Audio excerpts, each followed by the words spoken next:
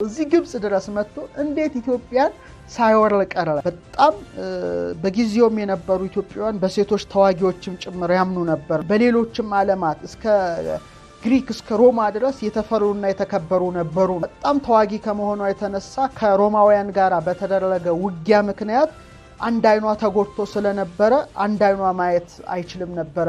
ታላቁ እስክንድር በኢትዮጵያ ስር ያሉትን መንግስታት ለማንበርከክ አቅዶ ከእስክንድሪያ በመቀጠል ወደ ኢትዮጵያ መጥቶ ነበር። ከግብጽ ሰላዮች በላከ ጊዜ ራሱ ትልቁ እስክንድር ከሰላዮቹ ጋር እንደ አንድ ተራ ሰው መስሎ እንደነበረ አወቀ። እርሷም በሁለት የአፍሪካ ዝሆኖች ላይ በዙፋን ላይ ሆና እስክንድር ብቅ እስከሚል ድረስ ጠበቀች። አንተ ዓለምን ያስከው እስክንድር ንጉስ ዛሬ ደግሞ በአንዲት ሴት ተያዝክ እንዳለችው እስክንድርን ወዲያውኑ ኢትዮጵያን ለቆ እንዲሄድ እንቢ ካለ ግን ወታደሮቹን ሁሉ ካሸነፈች በኋላ የእስክንድርን አንገቱን በመቆረጥ ወደ ገደል እንደምትጥለው ነግራው እንደውም እንዳይንቃቸው ጭምር አስጠንቅቀው ነበር። በጥበብሽ ያሺኝ፣ ስለዚህ እኔ ደግሞ ይላታል እስክንድር አንቺንና ልጅሽን በደግነት ልጠብቃችሁ በማለት ለጋብቻ ጭምር እንደጠየቃት።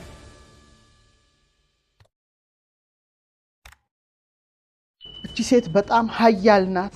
እንደምታውቁት ከኑቢያ ጀምሮ ያለውን ስልጣኔ፣ ከናፓታ ጀምሮ ያለውን ስልጣኔ፣ ከመርዌ ጀምሮ ያለውን ስልጣኔ ብዙዎቻችሁ ታውቁታላችሁ የሚል እምነት አለኝ። በዛ ዘመን ደግሞ የተነሳ አንድ ታላቅ ንጉስ አለ፣ ዓለም ሁሉ የሚያውቀው ጀብዱነቱን የመሰከረለት ታላቁ እስክንድር ነው። እንግዲህ እስክንድር ከመቄዶንያ ወደ አሶር፣ ወደ ፋርስ፣ ወደ ህንድ እያለ ሲያስገብር የቆየ ገናና ንጉስ ነው።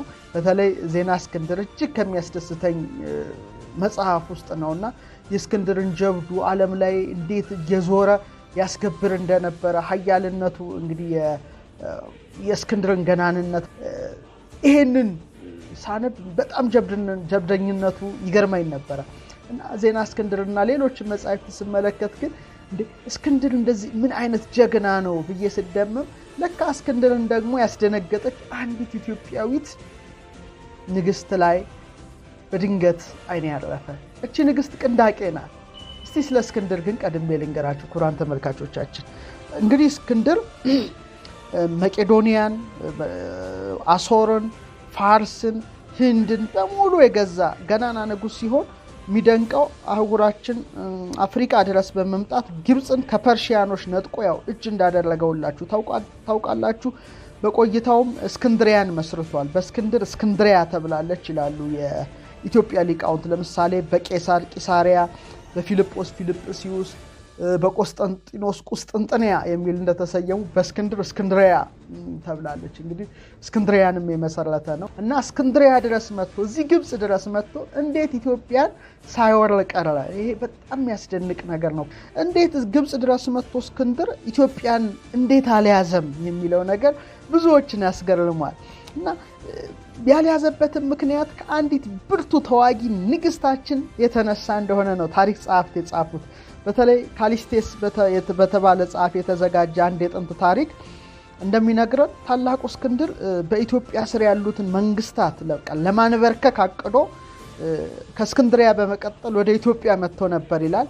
ሆኖም ግን እቅዱ በኢትዮጵያዊቷ ተዋጊ ንግስት በጀግናዋ ቅንደቄ ተሰናክሎበታል በማለት የታሪክ ጸሐፊ ጽፏልና እቺ ንግስት ማናት? ብዙዎቻችሁ እንደምትጓጉ ሙሉ እምነት አለኝና ስለቺ ንግስት ያወቅኩት አንደኛ አንድ ብራና ሳነብ ነው። ብራናው አለኝ። ዮሐንስ መደብር የሚባል የታሪክ ጽሑፍ ነው፣ ጥንታዊ ጽሑፍ ነው እና እዛ ላይም ታሪኳ ተጠቅሷል።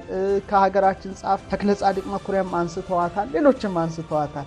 እንደ ታሪከ ነገስት ኒካውላ ቅንዳቄ ሶስተኛ ለ10 ዓመት ነው የነገሰችው ከክርስቶስ ልደት በፊት ከ333 እስከ 323 10 ዓመት ኢትዮጵያን መርታለች እና እቺ እንደ ተክለ ጻድቅ መኩሪያ የኢትዮጵያ ታሪክ መጽሐፋቸው በግሪክም በላቲንም በቅብጥም ስሟ ካንዳስ ወይም ካንታቂ ወይም ካንዳቂ ይላታል ብለው ይጽፋሉ።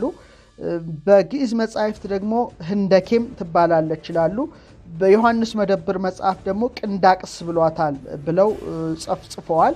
በታሪከ ነገስታችን ኒካውላ ቅንዳቄ ይላታል። እንግዲህ ቅንዳቄ የሚል ወይም ህንደኬ ማለት ንግስት ናት ማለት ነው ይላሉ። በጣም አንዳንድ የታሪክ አጥኚ ፊሎሎጂስቶችና ሁሉም ንግስታት ጥንት ይህን ማዕረግ ይዘው ነበር ነው የሚሉት። እነዚህ የኢትዮጵያ ህንደኬዎች በጣም ከወንዶች ነገስታት የማይተናነስ ስልጣን ነበራቸው። በተለይ ንጉሶችን ይመርጡ እንደነበረ እነዚህ የታሪክ ጸሐፍት ይጽፋሉ። በራሳቸው መብት ገዢዎች ነበሩ። ከንጉሱ ጋራ ከእይታ ባለፈ ከጎኑ ሆነውም ጭምር ይገዙ ነበረ እና የስልጣናቸው ዘመን ከክርስቶስ ልደት በፊት ተነስቶ እስከ 115 ዓመተ ምህረት ድረስ ዘልቆ እንደነበረ ነው የሚነገረው። እና እነዚህ ንግስታት ኢትዮጵያውያን ንግስታት በጣም በውትድርና የተካኑ ነበሩ ነው የሚለው ታሪኩ። በጣም በጊዜውም የነበሩ ኢትዮጵያውያን በሴቶች ተዋጊዎችም ጭምር ያምኑ ነበር ነው የሚለው። በጣም እነዚህ ሴቶች ጠንካሮች ነበሩ፣ በቁመታቸውም የገዘፉ ነበሩ። ደግሞ በጣም ሁሌ በሚያምር አለባበስ የሚዋቡ ነበሩና በጣም በኢትዮጵያም በሀገራቸውም በሌሎችም ዓለማት እስከ ግሪክ እስከ ሮማ ድረስ የተፈሩና የተከበሩ ነበሩ ነው የሚሉት እነዚህ ህንደኬዎቻችን። በጣም በውትድርና የተካኑ ነበሩ። በዚያው ልክ ደግሞ በተልባ እግር ልብስ የሚያጌጡ ሐር የሚለብሱ ነበሩና በጣም የተፈሩ በጣም የተከበሩ ነበሩ የኢትዮጵያውያን ንግስታት እንግዲህ ህንደኬዎች። እና በተለይ በቀዳማዊ ፕሊኒ ዘኤልደር ብዙዎቻችሁ ታውቁታላችሁ የኢትዮጵያ ንግስታት ህንደኬ የሚለውን ስም መያዛቸው ይላል እንደውም ከገናንነታቸው የተነሳ የጥንት ሲሪያንና ሜዲተራኒያንን በመግዛታቸው ነበር በማለት ጨምሮ ይጽፋል።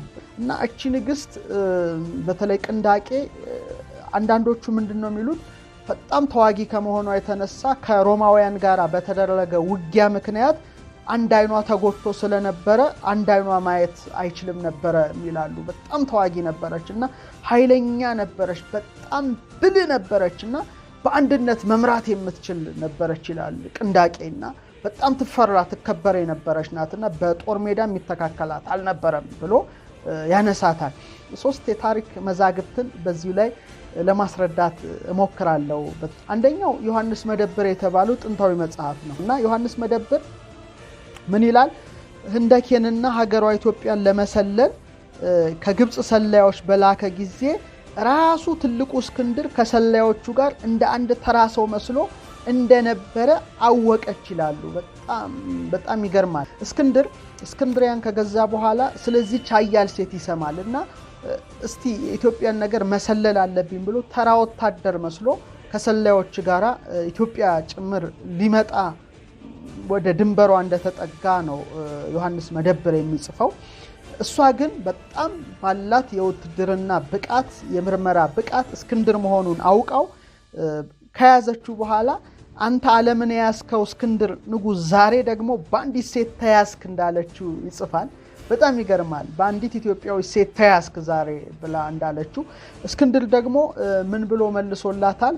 በእውቀትሽ በህሊናሽ ጥልቀትና በጥበብሽ ያሽኝ ይላታል። በጣም አስተውሉ። በእውቀትሽ ይላል። እውቀት ቀላል አይደለም። ቀጥሎ በህሊናሽ ጥልቀት ይላል። የሐሳብ ጥልቀት ነበራት ማለት ነው። በጥበብሽ ያሽኝ ይላል። እንግዲህ አስቡ፣ ጥበብ ከፍታ ነው።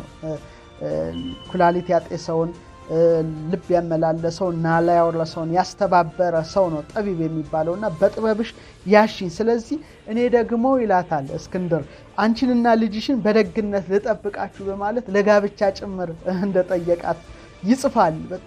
በጣም የሚገርም ታሪክ ነው ክቡራን ተመልካቾቻችንና ጠቢቡ እስክንድር ኃያሉ እስክንድር ታላቁ እስክንድር አሌክሳንደር ዘ ግሬት እቺን ኢትዮጵያዊ ሴት እንደጠየቃትና ከዚያ በኋላ በተፈጠረው መልካም ወዳጅነት ተከባብራ ኢትዮጵያ አክብሮ በተለይ እስክንድር የህይወት ታሪኩን የጻፈው ፑልታሩክ ምን ብሏል? በተለይ የታላቁ እስክንድር ታሪክ የህይወት ታሪኩን በሚለው እና ታላቁ እስክንድር የድል አድራጊነቱን የዓለም ገዥነቱን ባከበረበት በባቢሎን ከተማ በዓል ላይ ኢትዮጵያውያን ጭምር ለመታደም ተገኝተው ነበር ይላልና ተከባብረዋል ማለት ነውና ይሄ በጣም የሚገርም ነው። የዮሐንስ መደብር ጽሑፍ ነው። አቶ ተክለ ጻድቅ መኩሪያ ወስደውታል። ሌሎቹ ደግሞ በአንጻሩ ያነሳሉ። እንደውም ከድንበር ጭምር እንዳባረረችው ታላቁ እስክንድር እንደመጣ በሰማሽ ጊዜ ይላል የኢትዮጵያዊቷ ንግስት ቅንዳቄ ወታደሮቿን ሰብስባ በአባይ ወንዝ ዳር በማሰለፍ እርሷን በሁለት የአፍሪካ ዝሆኖች ላይ በዙፋን ላይ ሆና እስክንድር ብቅ እስከሚል ድረስ ጠበቀችና ታላቁ እስክንድር የማይበገር የአሸናፊነት ጉዞውን ግን ለመተው አልፈለገም። ግን ንግስቷን ከወታደሮቿ ጋር በመሆን በዝሆኖቿ ላይ ተቀምጣ ሲመለከት በዚህ ሴት ምክንያት ኪሳራ እንዳይገጥመው በሷ ለመረለታት ስላልፈለገ ወታደሮቹን ከአባይ ወንዝ ዳር አቁሞ ወደ ግብጽ ተመለሰና እሷም ደግሞ ወደ ኢትዮጵያ እንዲገባ አልፈቀደችለትም ነበር ነው የሚለው ይሄ ታሪክ ጸሐፊ። እንደውም እንዳይንቃቸው ጭምር አስጠንቅቀው ነበር ነው የሚለው እና ስለዚህ እስክንድርም ምክሯን ሰምቶ ወደ ግብጽ አምርቷል በመፍራት ነው የሚለው ወደ እስክንድሪያ ከተማው ብሎ ይሄ ታሪክ ጸሐፊ ጽፋልና እጅግ ያስገርማል። ይሄ በጣም የሚያስደንቅ ሌላው ታነበቡት መካከል ከባህር ማዶ ጻፍ ዊሊያም ሊዮሃንስበሪ የጻፈው ነው። መጽሐፉም እንዳጋጣሚ ሆነው አለኝ። እይታው ምን ይላል? እስክንድር ይላል እስክንድር ከቅንዳቄ ጋራ በከፊል ተገናኝተው ተነጋግረዋል ነው የሚለው እንደ ዮሐንስ መደብር ያለ ይመስላልና ቅንዳቄ ምን አለችው?